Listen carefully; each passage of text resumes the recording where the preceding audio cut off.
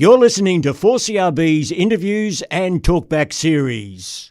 Welcome to the microphone. Welcome to the studio, David Ashton Lewis, Supreme Court Judge. I didn't get your title in there. Thank you very much for having me. And good to see you, Colin, and hello to all the listeners.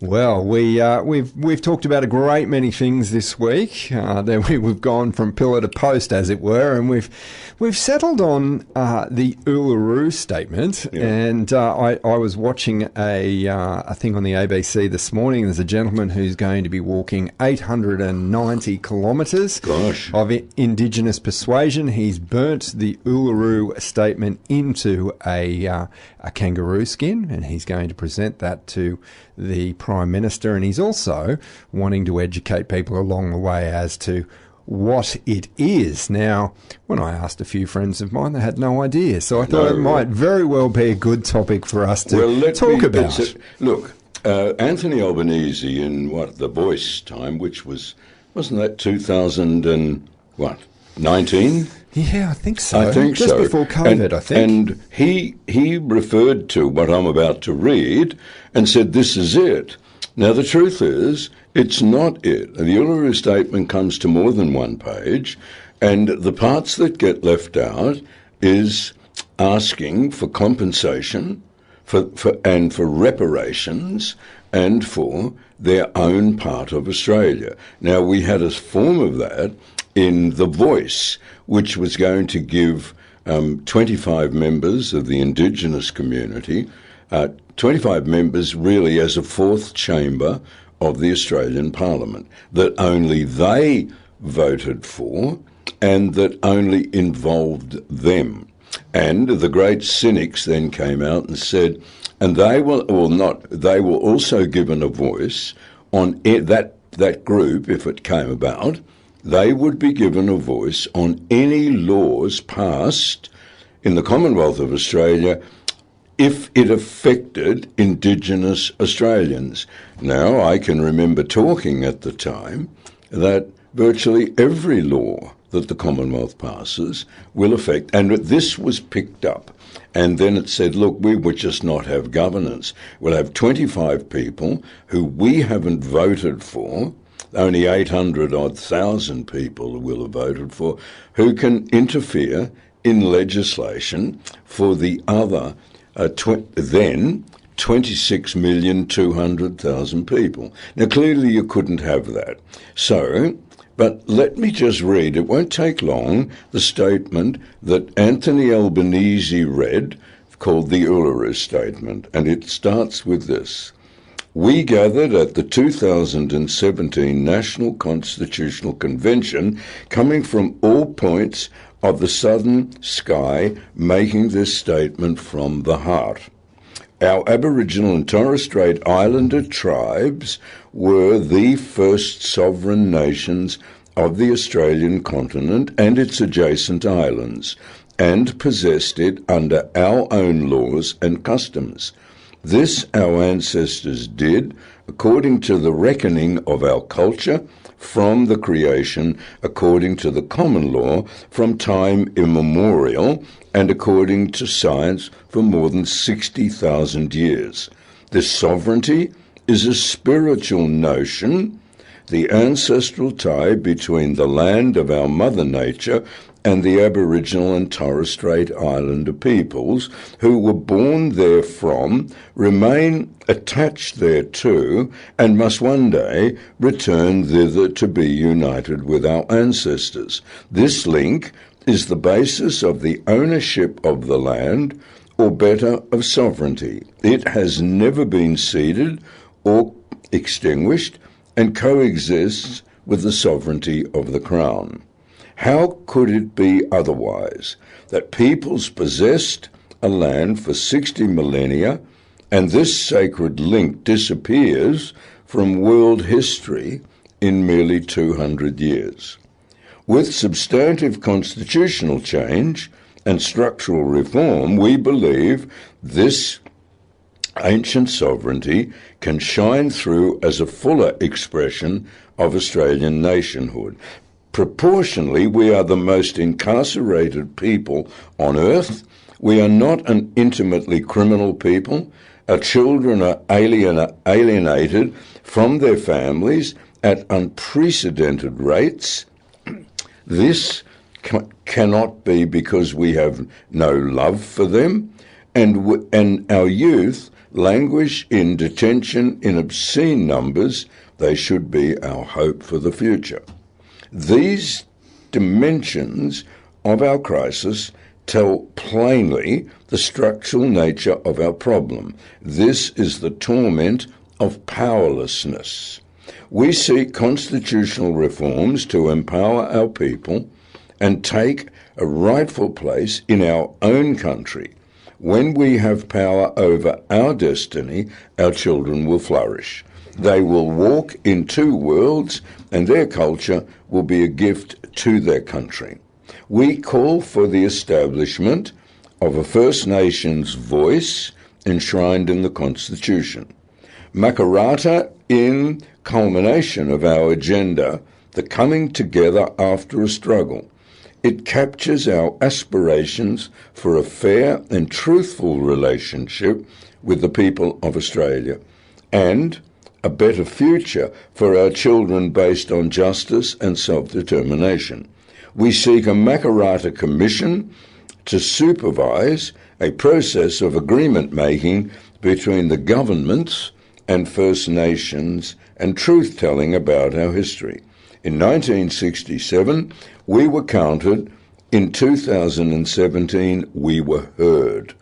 We leave base camp and start our track across this vast country. We invite you to walk with us in a movement of the Australian people for a better future. Now that is according to, at the time, the Uluru Statement. As I've said, it's not. There are three other pages that are more demanding than that. Look, I think that the point being is that, as within any political environment, you're asking. And as with The Voice, they asked, it went to a referendum, and the Australian people as a whole, not just the Aboriginal people, the Australian people as a whole, said no. No. And 6 of the Australian states said no. And 1 of the 2 Australian territories said no. Now, what is so difficult for people to understand, the answer to the question was in the negative.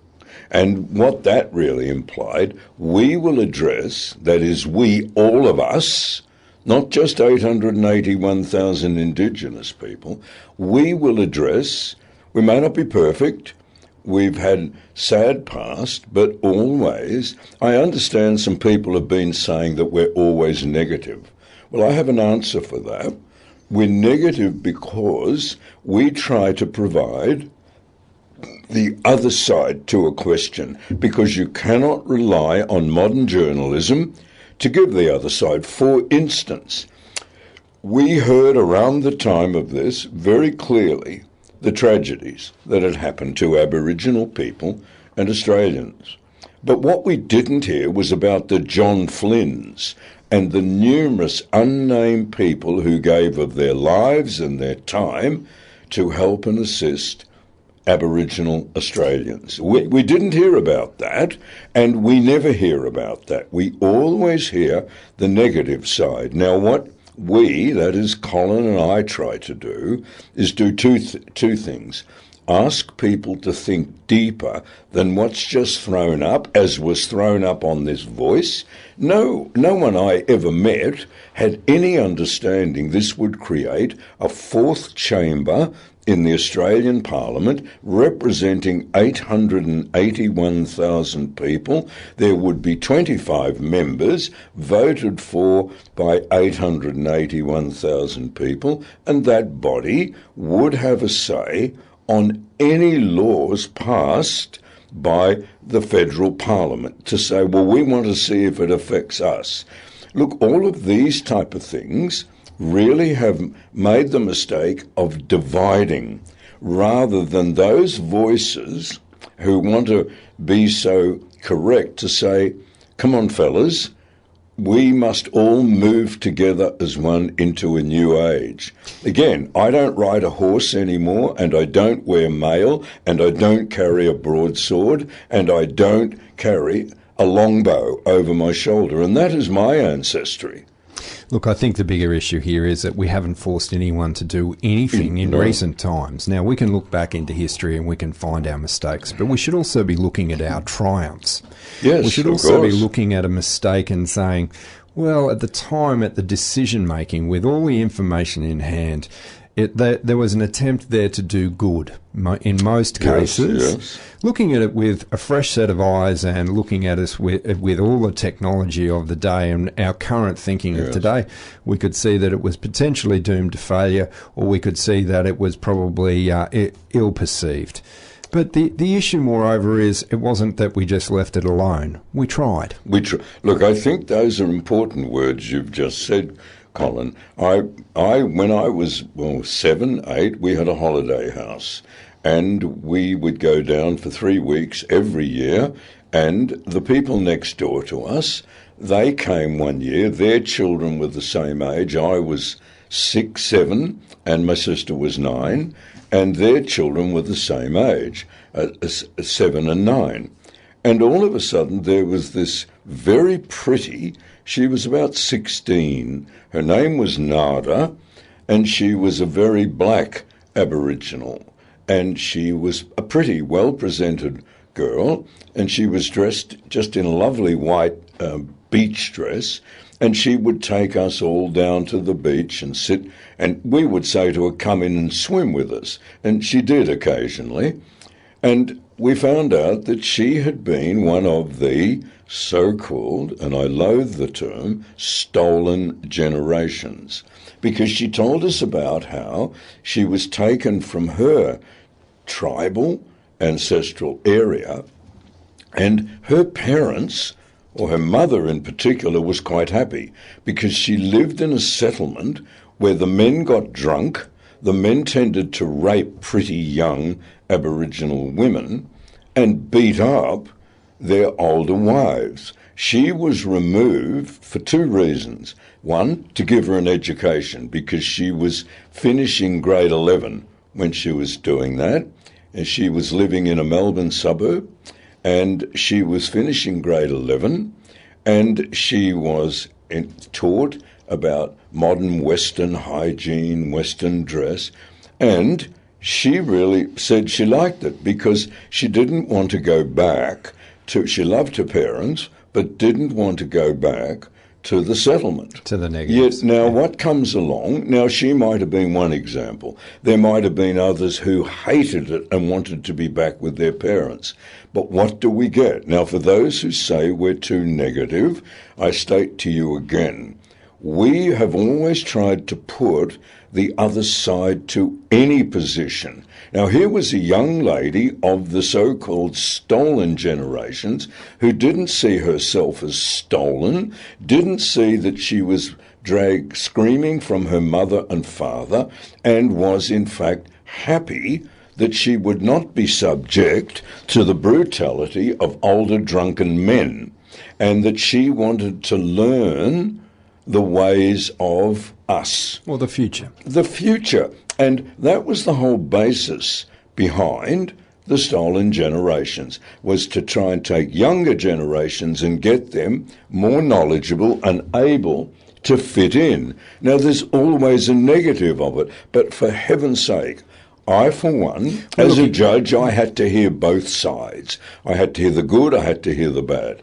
And I'm so tired of hearing always on the 7 o'clock news, 6 o'clock news, always the negative. Look, I think I'd like to, when we look at where we are today, and at times it is because our politicians are loath to actually make a move left or right, or actually even do something, because they're going to be shouted down. Either way. Now, to me, we need to be actually moving and doing something. Yes. And there will be negatives and there will be positives, but as with any project, you course correct, you fix the problems, Yes. and hopefully at the end, the outcome is more positive than negative. Yes, and that's of the course. aiming point. No, you're right. The other statement I'd like to make is about history. History, we like to look back into history and find the negatives and the dirty components and say, isn't this terrible? We need to do something about it. The something that we need to do is learn from it.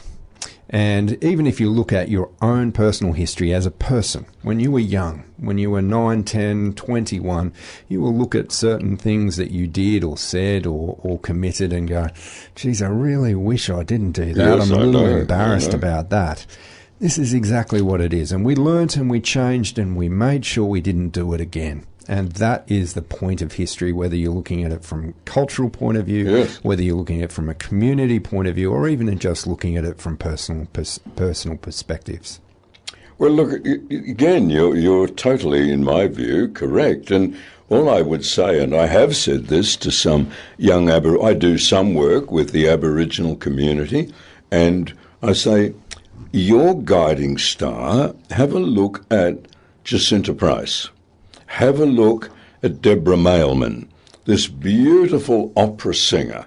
There's no Aboriginal opera, although there are now pieces written. I've forgotten this very good Aboriginal composer who uses the didgeridoo in it, and some of his pieces, and he uses Western orchestration. They're beautiful.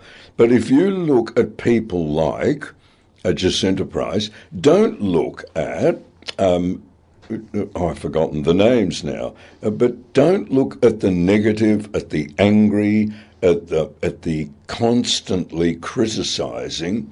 Don't look at them.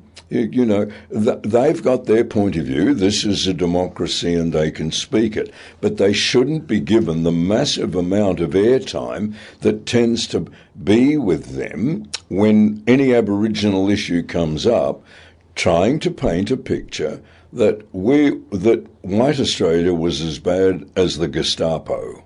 And it has never been. Look, sometimes as well, it's about selling lines, or it is about having some video to go on the national news at night time. Sometimes I feel, and again, it's a feeling, it's my opinion, that the media go out of their way to talk about something negative because it's just that time of year where Anzac Day is approaching, and I'm sure that there will be something that's Australia Day. We've seen it around Australia Day.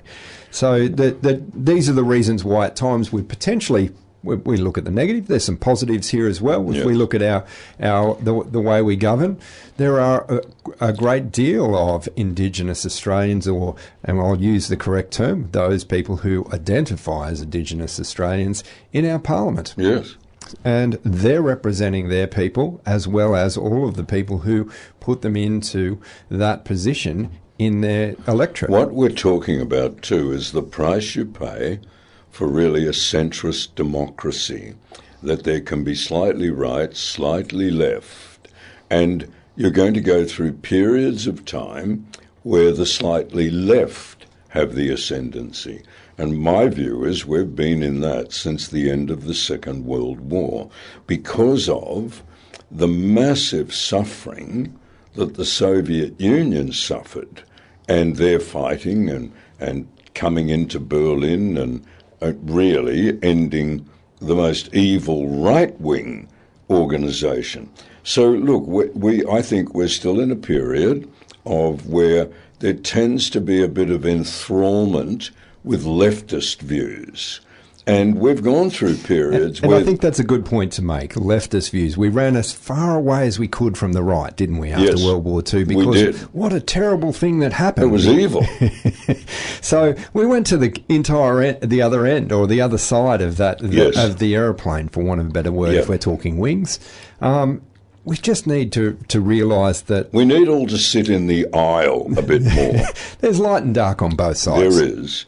And so to those who feel that you and I are too negative, one, I apologise to you, but with the greatest of respect, I say to you, no, we're not being negative. What Colin and I try to do, and you're the judges, and obviously with those who say negative, we've failed. But I know... I don't think we've failed. I think there's a lot more who really appreciate what we do. I meet them in the street. Yesterday, I was just talking in a group of people. And a woman walked in and said, I never listened to the show, but I'm told you're the judge. And I said, well, if you don't listen to the show, how do you know I'm the judge? She said, I have friends that listen, as well as there's not too many people I meet with your voice. So I assume I'm right. And I said, yes, you are.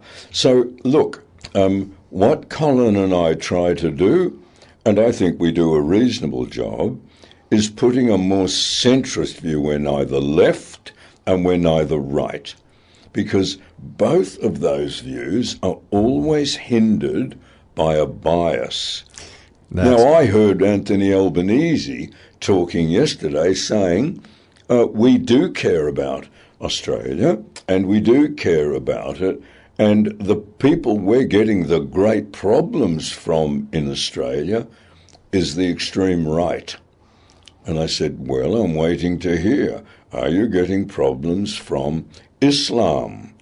Not a mention of it. Look, I find some would probably argue with me, but I think he's doing a very good job. He's out there securing fuel supplies. He's out there securing I agree. Urea and all the fertilisers that we need to keep going. Yeah, sure. There's going to be a crisis, not of our own doing. It is to do with what's happening overseas at this point in time. Yes. Can't wave a magic wand and stimulus packages, while we have done them in the past. You know what? When we're approaching $1 trillion deficit, we actually have to be miserly. Someone actually turns up at the end of the day and says, you know that money we loaned you?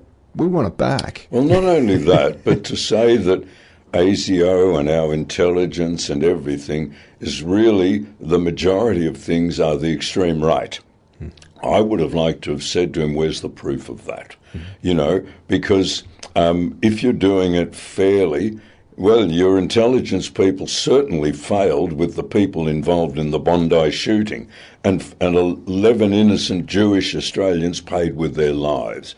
So when you make a statement that doesn't even include radical Islam, but includes, you know, the neo-Nazis and that, it's hard to listen to you credibly, because anyone can see with their eyes we have a major problem in Western parliamentary democracies with radical Islam.